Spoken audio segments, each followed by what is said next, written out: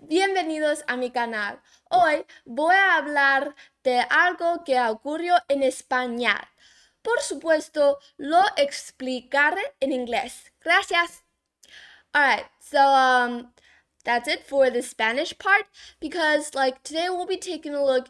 So recently there has been a breaking news that have happened in Spain in the chess world. So that is why I am starting this video by speaking some Spanish sentences. So what I've just said means that, hey guys, welcome to my channel. And today I'm gonna be because this thing that I'm going to talk about today happened in Spain, so that's why I'm speaking Spanish right now, but still during the explaining part I will be speaking English, and thank you.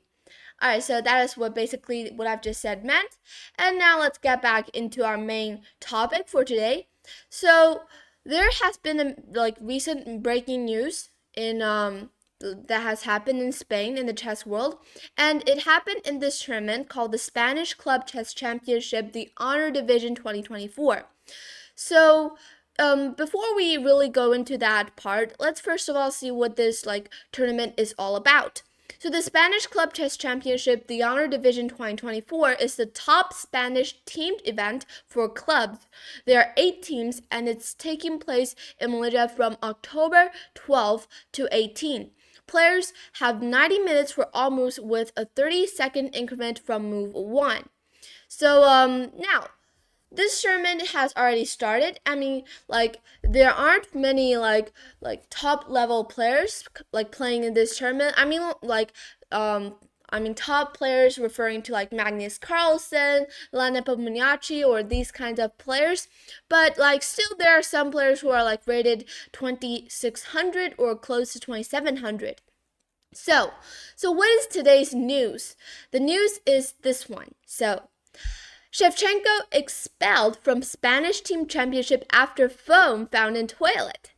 So just by looking at this title of this article, you guys can actually just guess what the news is all about. So this guy called Shevchenko has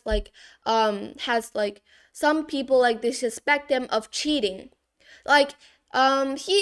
There's still not enough proof to be sure that he has cheated, but this phone was really suspicious, as well as himself is also really suspicious.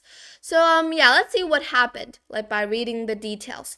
So 22-year-old Grandmaster Kirill Shevchenko has been expelled from the 2024 Spanish Team Championship with his draw against Grandmaster Bassem Amin in round 1 and win over Grandmaster Francisco Vallejo in round 2 turned into losses. So when Shevchenko's regular absence from the board arose suspicion, in round 2, a locked phone was found in the toilet, with arbiters claiming a link of the phone to Shevchenko based on handwriting and behavior. So, the 2024 Spanish Team Championship Honor Division, taking place in the North African Spanish city of Malaysia from October 12 to 18, has been shaken by a scandal after Shevchenko, playing for CA Sija, Integrant Colegius, was expelled from the tournament. And actually, this is just a very bad news for the team that he is playing on, because if Shevchenko was expelled, then this means that the team that he is playing for, they will be losing one person, losing one board. So yeah. And Shevchenko, so first, now let's take a look at about Shevchenko, his some personal details. So Shevchenko was born in Ukraine and has since switched to represent Romania, is the world number 69, and became a grandmaster at the age of 14 years and 9 months. So actually he is a really strong player also. His greatest achievements include winning the 2021 European Team Chess Championship with Ukraine, as well as the individual Lindor's Abbey Blitz in Riga in the same year, where he topped the table ahead of grandmasters like Fabiano Caruana and Arjun Ergasi. So he is actually really strong at some stages, and right now he is also really strong. But after this like all of this drama happening. Like after he got suspected, like there's some suspicion on him. Like like most people think that he have cheated, but still there's not enough proof to prove that he really cheated. So still there are like some things still need to be done by like the arbiters and everything. But let's see what they have reached already. So, Chief Arbiter Oscar Bruno de Prado Rodriguez summarized his decision, firmly believing and in light of the evidence gathered throughout the investigation that this player has made use of the mobile phone during the game in addition to ignoring my request to notify me when he left the room. In breach of FIDE rules, I decided to impose the following sanction. First, to forfeit the 2 games played in round 1 against Amin Bassam and in round 2 against Francisco Vallejo Pons based on Article 12.8, which prohibits the use of mobile devices. The 2 opponents in rounds 1 and 2 win their games. So to expel Kirill Shevchenko from the competition as it is considered a very serious infringement based on Article 19.9.9. So actually, I'm not sure what this number is. I've checked it before like this video, and I think this is a wrong number. It should have been like 19.9. Like I think there's an extra 0.9 or something. So number 3, a complete report with all the evidence will be submitted to the FEDA Technical Committee of Arbiters and the FIDE Ethics Committee. So, like basically all of these are about like Shevchenko's like about this cheating thing. So like the phone was confiscated, confiscated at the toilet, ordered to be locked. Around 2.5 hours into the round, with the cleaner revealing that a similar phone had been found there the day before and left unclaimed after it was handed into the reception.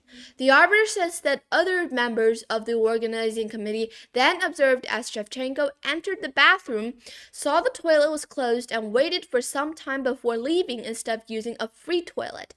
This happened more than once. After the round, the arbiters compared the handwritten note to Shevchenko's score sheets for rounds 1 and 2 and found similarities in the ink and handwriting. They also noted the time, like the phone's time zone was 1 hour ahead of Spain's, 2 ahead of nearby Morocco. That may hint at the time zone in Romania.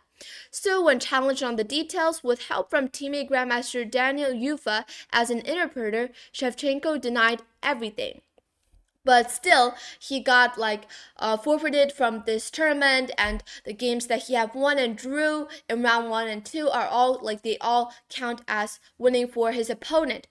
So, and the arbiters note that 2 more complaints were received. Grandmaster Jose Carlos Ibarra Jerez, representing his teammate Amin, notes that Amin had privately noticed Shevchenko's absences from the board during round 1.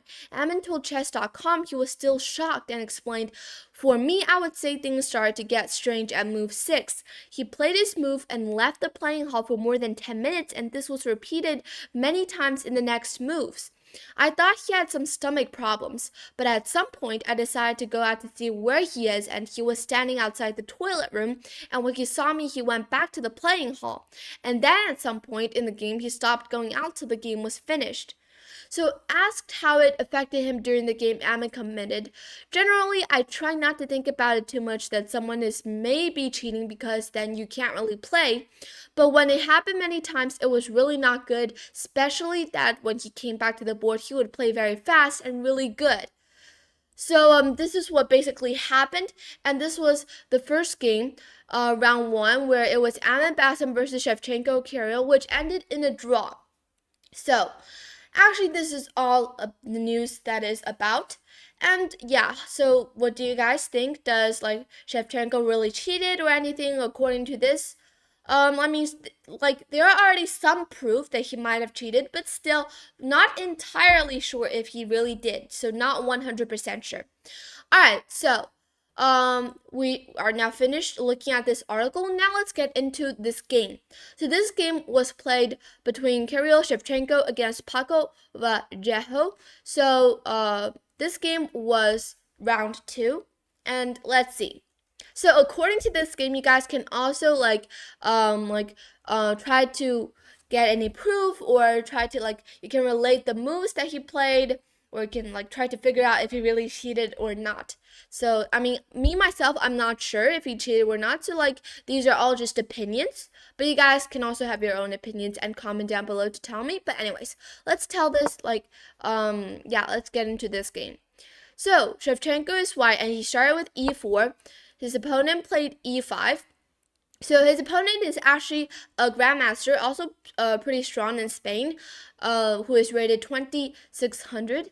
All right, so e5, knight f3, knight f6, and knight takes c5, knight takes e4, queen e2. So this is the Petrov's defense, and actually, so I mean, after knight takes e4 here, the queen e2 is one option. Other options, actually here, what I play usually is to go d4. And also, like, there are other options, for example, here, like to go d4 immediately as well. But of course, like, this is not important. The opening is pretty normal after queen e7, queen takes c4. So now d6, black will be able to win the piece back very soon. And after d4, takes. And even though here black is already down a pawn, but this pawn is actually really weak, and also black is pinning the queen and the king right now, and can go knight c6 here to attack the e5 pawn. So white here actually just goes knight c3 in the game of like not annoying, but ignoring the attack. Because like if you go f4 to defend it, it really doesn't work at all, because first of all, you are like really slow in development. You're just pushing your pawns and not developing your pieces. And here black can just simply just ignore you and go like just to develop with, for example, like bishop g4. And even though you're up a pawn as white, but still you're way behind in development, and black has the compensation, has a lot of compensation for that lost pawn. So here, if you go like bishop f4 instead to like defend the pawn, now here black can even go very aggressive and go g5 to attack the bishop. And if the bishop were to go back to bishop g3, like if you really wanted to like protect this pawn, but now you fall into this trap and you'll be losing actually after f5, because here if you take en passant, you'll lose the queen, of course, but if you don't take and move the queen away, but now you'll get trapped, the bishop will get trapped, and here black will just simply be winning. So here, that is why both f4 and bishop f4 are not good moves. And in the game, knight c3 was played, which is the best move, the best, like the main line.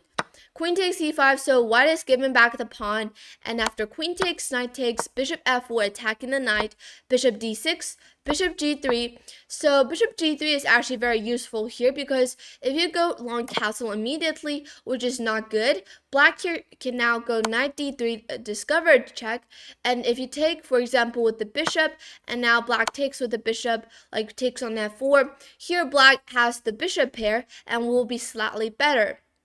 Alright, so that is why you go bishop g3 first to keep your bishop protected, and then go long castle. So of course here black goes h5. Now if you're afraid of h4, you can also go, for example, like h3 to prevent if black were to go h4 still, then you can go back to h2. This is also possible. But in the game, instead of going h3, Shevchenko played long castle and allowing h4 actually, but in the game h4 was not played, because here the main problem is that now you can see that black is actually a little bit slow in development. White has already got the king to safety, while black is still like struggling with developing the bishop and the rook.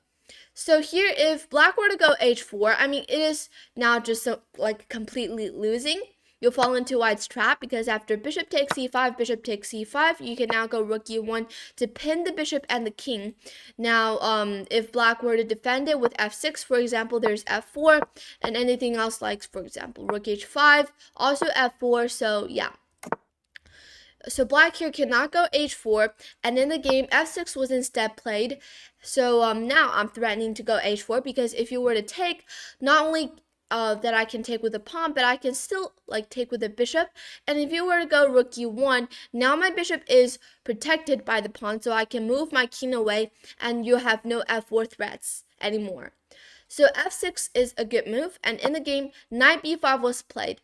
So also here, I mean, knight b5 is possible. You can also get h4 to just like stop black completely, like from going h4. So you go h4 to stop black from going h4. But in the game, knight b5 was played, so attacking the bishop, and in the game, h4 was now played, so bishop f4. I mean, you cannot, like, you can take on d6 because, like, after takes, this is still possible after bishop f4 and g5, for example, even though you do have the bishop here, but you can see that black's knight is really solid, as well as, like, these pawns on the king side. So I'm not entirely sure that white is that, like, I don't really prefer for you to play white in this position. I think playing black in this position will be better, like much more comfortable. Alright, so let's go back to the game. I mean, knight d6 is actually okay, but in the game it was not played. Also, you can actually go rook takes d6 here.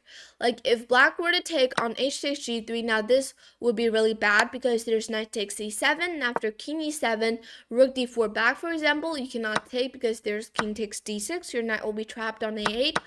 But let's say you just go back with the rook, and you can see that now, for example, if black were to move away the rook, now there's like f takes g3, and if you just go, for example, like rook takes h2, and after takes, you cannot take the rook because black will be like queening on the next move. So here you go rook h4 to get this pawn, and then after rook b8, you now go, for example, like rook h2, and this position white will be slightly better because like white is up a pawn.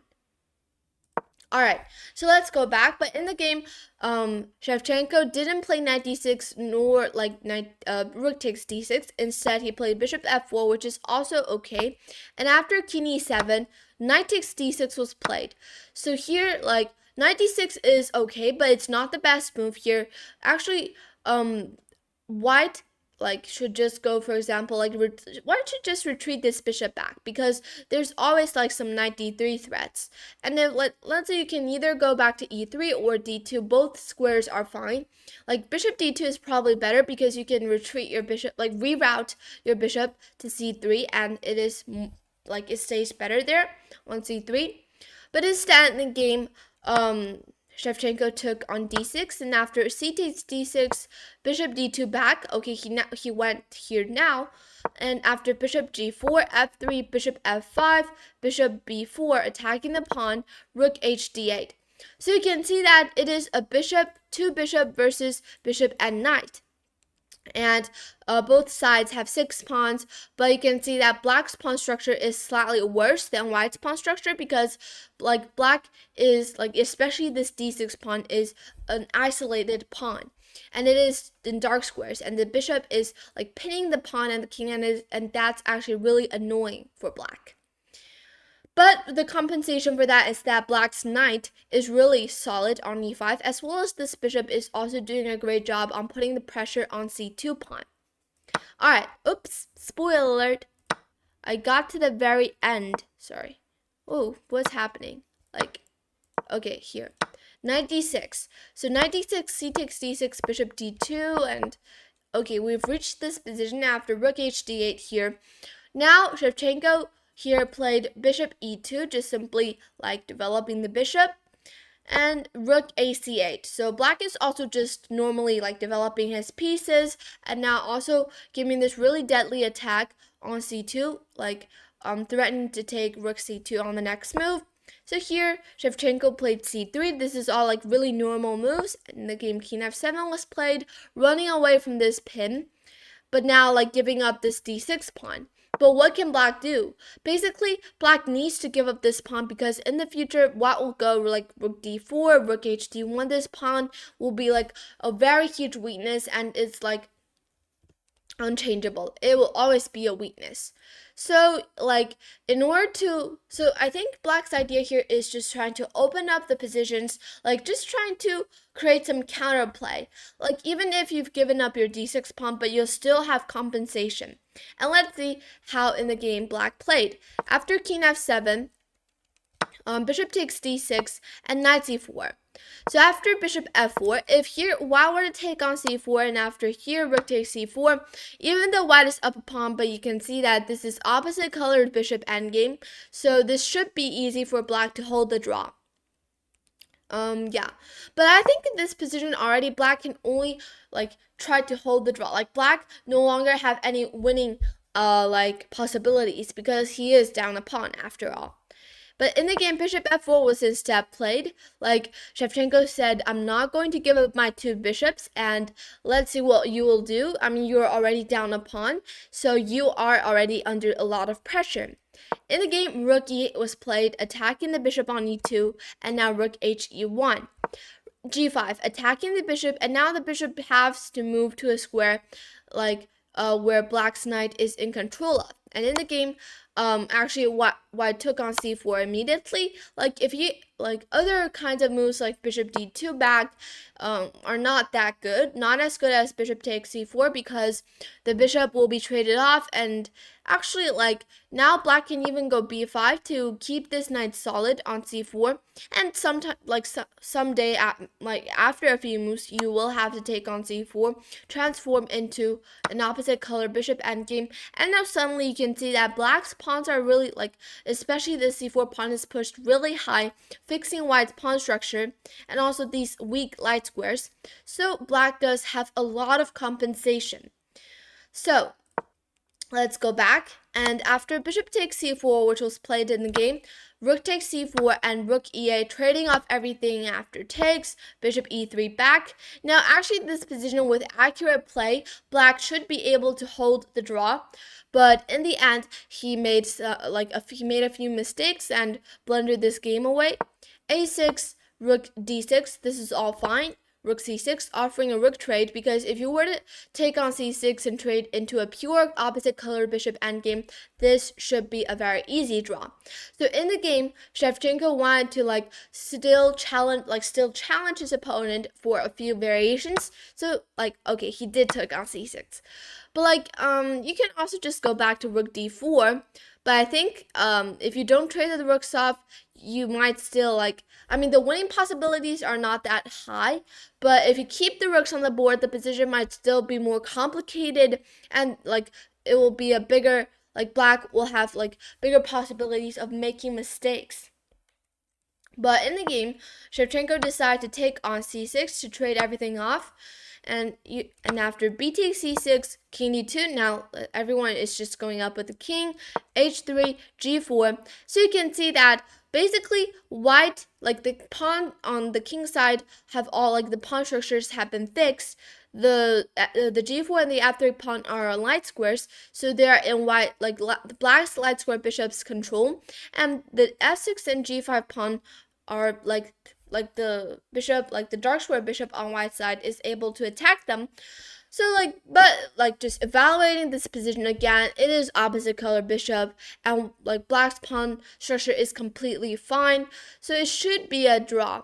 But with still you're down a pawn, so with material disadvantage, black in the end under under a lot of pressure made mistake.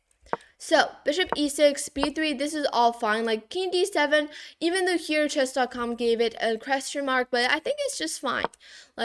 Here, chess.com preferred something like bishop g8 just to keep waiting and get the king to f7 instead, f7, g6, something like that.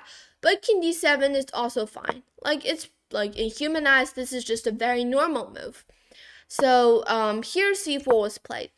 What did white miss? So actually white missed the opportunity to go king e1, king f2, and king g3 to gobble up the h3 pawn.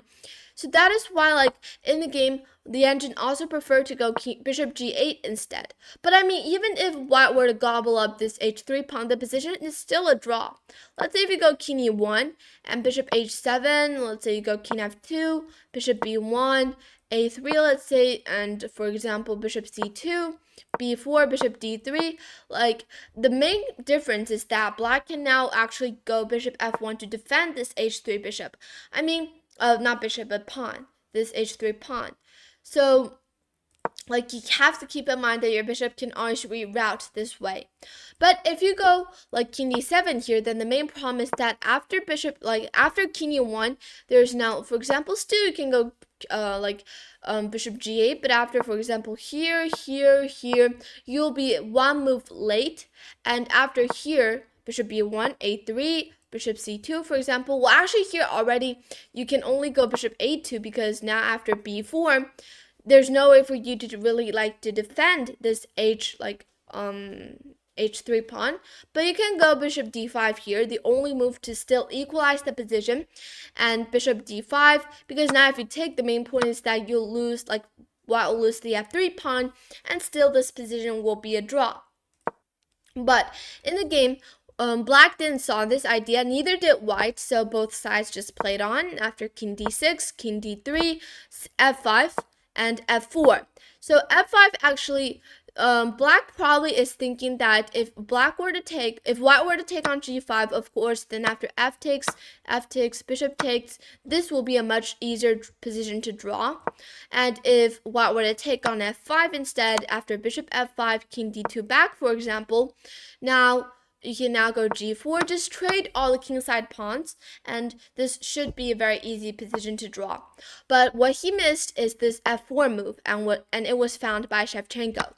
F takes g4 and f takes g5. So white managed to create a pass pawn on the king side, and that is a huge problem for black. After king e5, bishop f2, and already this position is going worse for black. Like before, it was just a very easy position to draw, but now after a few mistakes and inaccuracies, the position is getting more complicated and harder for black to draw. Bishop f5 check, king c3, bishop b1, a3. Now this is actually a mistake. You should have gone a4 instead. Like just push your pawns and then go, for example, b4, b5. That will be one move quicker. So, but instead a3 was played, and after king f5, king d4, bishop c2. Now this is actually the losing move in this whole game. This, like, there's just an only move in this position to save this, game, and that is to go bishop a2. Now you have to go b4, but the main point is that now after king takes g5, now, for example, you go king c5, but after king f6, if white were to take on c6, you lose the c4 pawn. And if you were to go, for example, like b5, but after takes, like this is a rook pawn. So now it's actually just very easy for black to hold after king e7. Just get the king to the corner and it should be a draw, because the corner is also a different color than the bishop that white has. So it should be a very easy draw to make if black had played bishop a2. But it was like, it is an only move, and in the game, also here, white only has 1 minute left on the clock, so making mistakes or blunders is just like very normal thing. And in the game, bishop c2 was played. This is actually a blunder. I think even two question marks given to it is also possible. But now white played b4, and this is just not winning for white, because after king takes g5, king c5, the main problem is that now you cannot like put pressure, like attack this c4 pawn. I mean, okay, you can go here to do so, but after takes, the main difference is that the king is now just one move slower than before. If you're like you don't know what I'm saying, I'm just gonna go back here. Now remember that position here after king here, king c6 and bishop takes c4. Remember this position, and like here, yeah, just remember this position. And now let's go back to this one. After here, if like black had gone bishop a2 instead, and after takes, just go here. Can you see the difference? Before, in that position, the king was on g5, and now it is on f6. Just this one move makes a whole different result in the game. And unfortunately, in the game, this was not played, and after a few moves, the king is just way too far away from the action on the queen side. And after taking, white has this pass pawn, and it's just unstoppable. Also note that white has this h-file rook pawn, but the promoting square is the same color as the bishop, so it is winning. Just don't you need to use the bishop to always control the g3 square, or else you might allow black to go g3, and even black will be winning. So like after a few moves here and after bishop e4, actually, if you don't know what I'm saying, I'm just gonna give you a small example. If you were to go bishop e3 here, then black will be winning because there's g3, and the pawns will be unstoppable. Like, of course, you can go bishop g1 here, but now after king e4, the king will just go up and win the game. So white, the only thing that white should be should look for is just use this bishop to always control the g3 square, and that should be fine. And after a few moves, and here after king takes b7, black resigned the game because this is just a dead lost position. As I said again, the promoting square is the same color as the bishop, so there are no stalemate ideas anymore, and here black resigned. So actually Shevchenko played a pretty nice game. He had an accuracy of 92.3 and his opponent had an accuracy of 86.7. So did he really cheat? There are some proof that they did found a phone in the toilet, but still we're not 100% sure if he really cheated or not. So what do you guys think? According to this game, according to the moves he played, and also according to the news, what other people think, you guys can also have your own opinions, and you guys can actually leave comments down below to share it with me. And yeah, but anyways, so hope you guys enjoyed this video, and I'll see you in the next one. Please subscribe. Bye!